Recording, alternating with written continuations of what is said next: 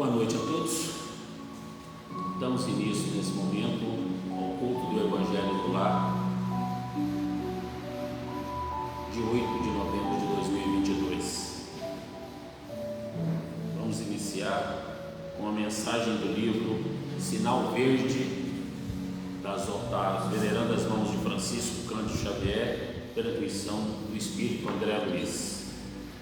Chefia e subalternidade. Não olvidar que o chefe é aquela pessoa que se responsabiliza pelo trabalho da equipe. A melhor maneira de reverenciar quem dirige será sempre a execução fiel das próprias obrigações. Quem administra efetivamente precisa da colaboração de quem obedece, mas se quem obedece necessita prestar atenção e respeito a quem administra. Quem administra necessita exercer bondade e compreensão para quem obedece, a fim de que a máquina do trabalho funcione com segurança.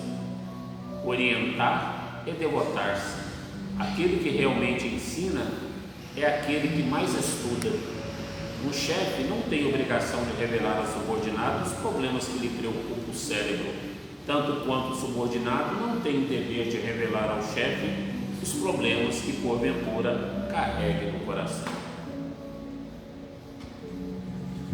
Agradeçamos a Deus, nosso Pai, a Jesus, nosso guia e modelo, a espiritualidade maior, dirigente dos trabalhos desta casa, que nos intui e vela por cada um de nós nesta noite, bem como agradecemos a Deus, a Jesus, pela permissão bendita de trazer até esse recinto esses irmãos que aqui comparecem da espiritualidade para aprender conosco sobre os ensinamentos do Pai. Queremos te agradecer, Jesus, pela oportunidade bendita da semana que se passou, pelo alimento, pela água, pelo teto, pelo agasalho, pela nossa saúde, pelo nosso trabalho, pelos nossos entes queridos, encarnados e desencarnados, onde quer que se encontrem, por toda a tua proteção.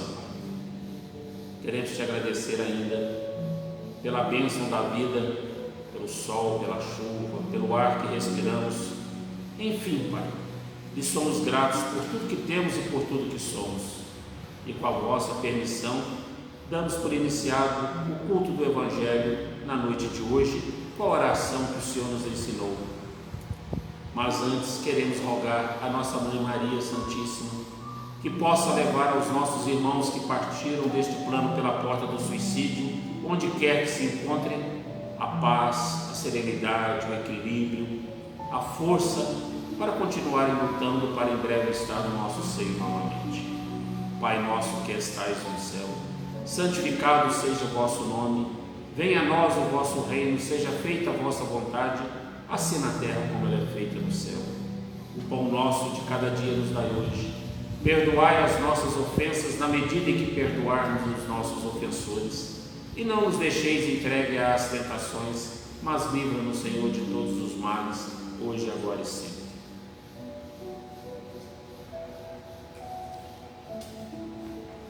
Para o nosso aprendizado da noite de hoje, do Evangelho segundo o Espiritismo, capítulo 13, que a mão esquerda não saiba o que faz a direita.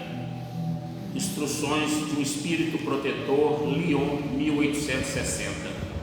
Meus amigos, tenho ouvido muitos de vós dizerem: como posso fazer a caridade se quase sempre não tenho sequer o necessário? A caridade, meus amigos, se faz de muitas maneiras. Podeis fazer em pensamento, em palavras e em ações. Em pensamento, orando pelos pobres abandonados que morreram sem terem sequer vivido. Uma prece de coração os alivia. Em palavras, dirigindo aos vossos companheiros alguns bons conselhos.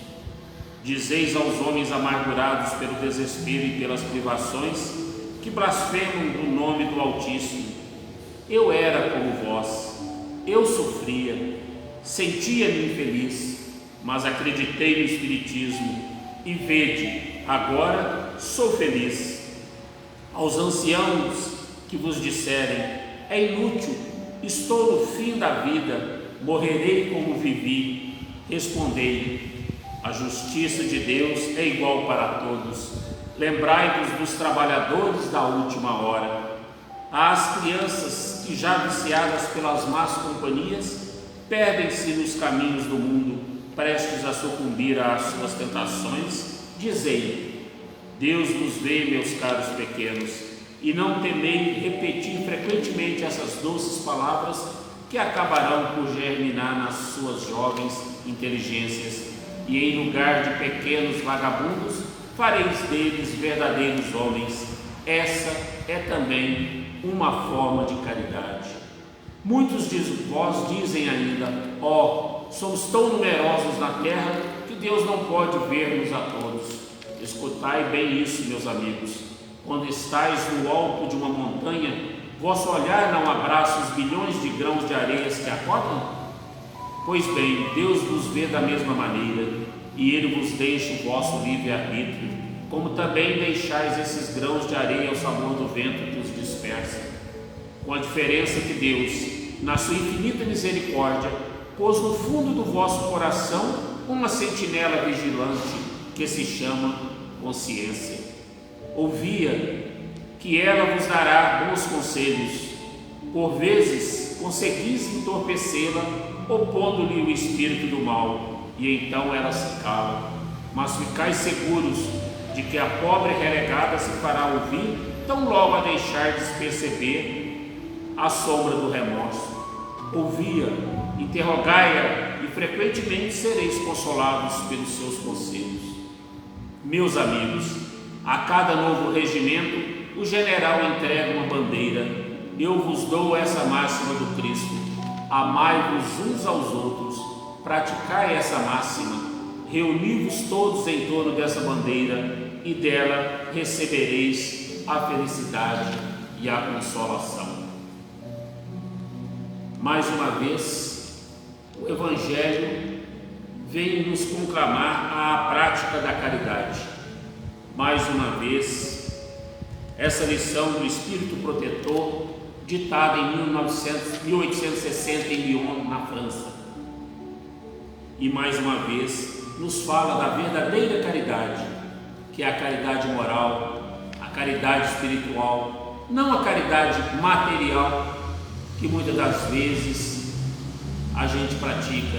É necessária a caridade material? Muito, porque muito do que sobra, muito do que nós temos em nossas residências, em nossos lares, poderia também tirar a fome, agasalhar a muitos dos nossos irmãos que padecem por um pedaço de pão, que padecem por falta de um cobertor nas noites de frio.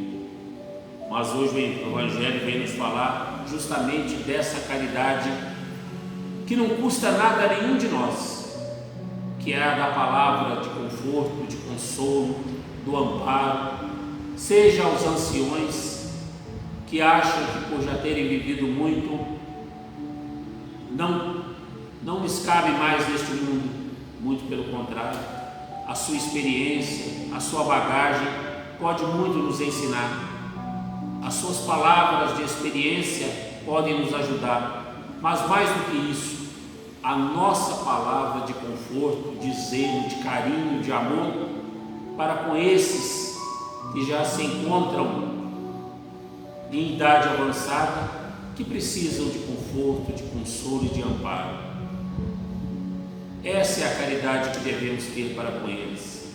Nos ensina também o Evangelho, para termos a mesma consideração para as crianças de tenra idade, para que elas não se tornem viciosas com as más companhias. Nós temos a incumbência, o dever, a responsabilidade, e seremos chamados, a nossa consciência irá nos cobrar de tudo aquilo que deixarmos de ensinar a esses pequeninos. Cabe a nós, pelos exemplos, arrastar essas crianças em tenra idade para a prática da caridade, para a prática do amor, do respeito aos mais velhos, do respeito a todos indistintamente, seja pelo sexo, pela religião, pela raça, pelo credo. possamos servir de exemplo para todos aqueles que se aproximarem de nós, praticando esta verdadeira caridade. E nos fala mais que nós seremos cobrados exatamente através da nossa consciência por aquilo que nós tivermos praticado ou deixado de praticar. Jesus espera de nós ação e não omissão. Jesus espera que realmente possamos cumprir a sua máxima, amar uns aos outros. Nós temos isso como bandeira dentro do Espiritismo. Bandeira esta que deve nortear a conduta de todo verdadeiro cristão, independente da religião que professa. Fora da caridade não há salvação, e realmente não há. Se nós quisermos ser salvos, nós devemos praticar a caridade em toda a sua inteireza, mas principalmente essa caridade moral, essa caridade espiritual, amparando, consolando, esclarecendo aquele que necessita de esclarecimento e orientando, seja os nossos irmãos encarnados, seja os nossos irmãos desencarnados, que comparecem hoje e em todos os cultos do Evangelho no lar para aprender conosco aqui no plano da carne. Então, meus irmãos, que nós possamos praticar realmente essa máxima de amar a Deus sobre todas as coisas, mas ao nosso semelhante, como gostaríamos que fôssemos amados, como gostaríamos que fôssemos respeitados, que possamos realmente dar ao nosso próximo aquilo que a gente gostaria de receber, que não sejamos maledicentes, pelo contrário, que sejamos benevolentes, que sejamos indulgentes com as imperfeições alheias, porque todos nós somos viciosos, carregados de defeitos. Que possamos aprender a olhar no nosso irmão aquilo que ele tem de bom dentro do seu coração para ofertar a cada um de nós, àqueles que o rodeiam.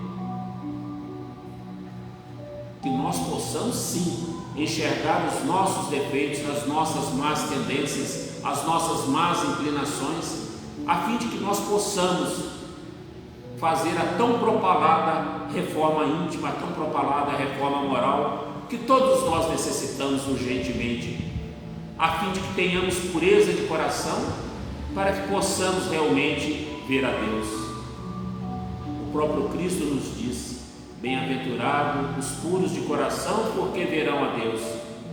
Se nós não tivermos essa pureza, se nós não tivermos essa benevolência, essa indulgência, se nós não perdoarmos aqueles que forem causadores, muitas das vezes, das nossas inquietudes, como nós vamos poder pedir ao Pai perdão para as nossas ofensas?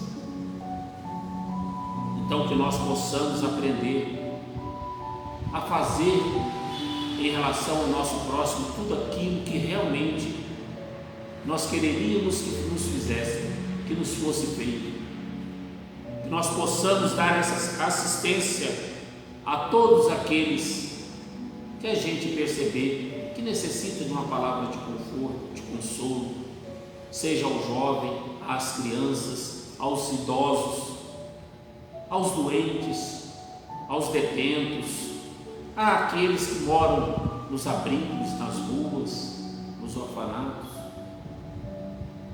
àqueles que se encontram nos hospitais e não têm um ente querido para orar por eles.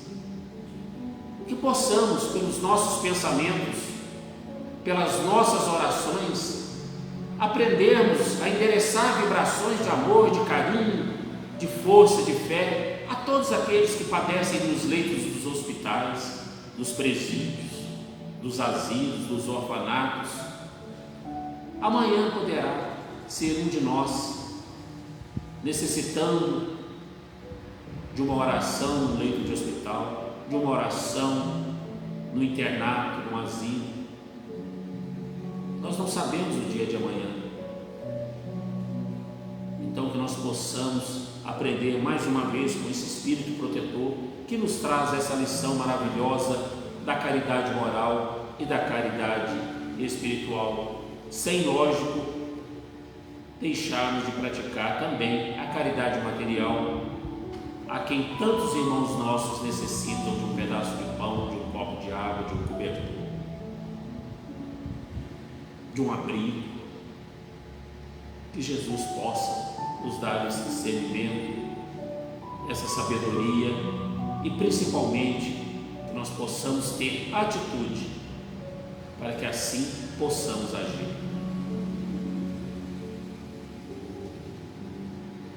Senhor Deus, amado Mestre Jesus, gratidão mais uma vez pela oportunidade bendita do aprendizado na noite de hoje. Que nós possamos, Senhor Jesus, levar para o nosso dia a dia esse aprendizado e colocá-lo em prática urgentemente.